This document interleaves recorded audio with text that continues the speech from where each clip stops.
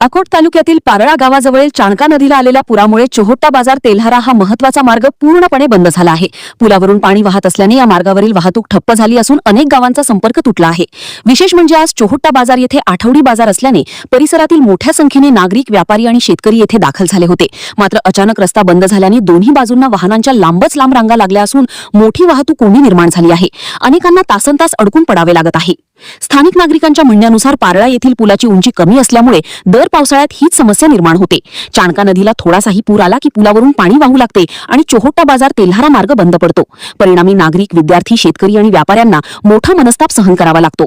दरवर्षी उद्भवणाऱ्या या समस्येवर कायमस्वरूपी तोडगा काढण्यासाठी संबंधित प्रशासनाने तातडीने पुलाची उंची वाढवून आवश्यक उपाययोजना कराव्यात, अशी मागणी परिसरातील नागरिकांकडून करण्यात येत आहे।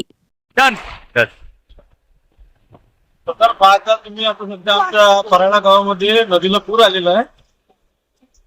सध्या हा तेल्हारा ते अकोला रस्ता समजा नेहमी फुल एकदम वाहतुकीचा रस्ता असून आज शुक्रवार हा चौथ्याचा बाजार आहे आणि सदर या रस्त्यासाठी आमची मागणी शासनाला, प्रशासनाला फक्त एवढीच आहे की बुवा या पुलाची उंची समजा मोठी करून देण्यात यावी किंवा या पुलाचे काम समजा मोठ्या स्वरूपात झालं ते असं नदीला पूर आल्यानंतर नदीचा रस्ता बंद होऊ शकत नाही।